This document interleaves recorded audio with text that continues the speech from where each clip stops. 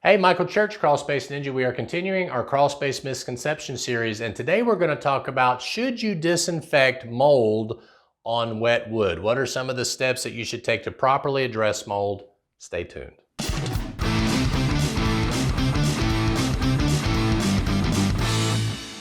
If you're new to Crawl Space Ninja, we talk about everything related to indoor air quality, mold removal, and waterproofing. We hope you'll subscribe to our channel, ring that notifications bell, and also follow us on Facebook. If you're a DIYer, you can check out our DIY store. And we hope if you're interested in opening a business, you'll check out our franchise opportunity. So when I first got started in crawl space encapsulation, a lot of our competition, they would address mold on day one. And what we decided to do in order to make sure, I went through mold remediation schools and water damage restoration training and different things like that. And I thought it would be a good idea to follow mold removal protocols, which means that you should dry out the structure before you address mold. So if you go into a crawl space and you got fiberglass insulation and it's dripping wet and the wood moisture level is over 20%, the humidity is over 60%, then that is a problem for moisture. So what you should do is install a dehumidifier, dry the air, in turn it will dry the wood, remove that insulation so the wood dries faster.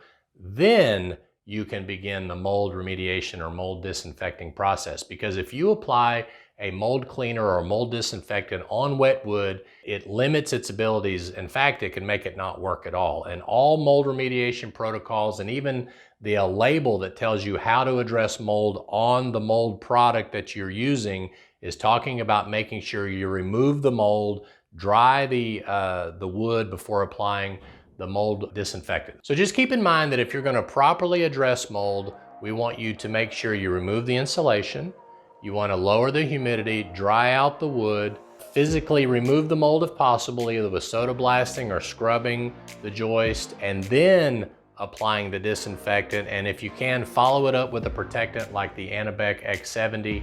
I'm Michael Church, Crawl Space Ninja. We hope you make it a happy and blessed day, and we'll see you later.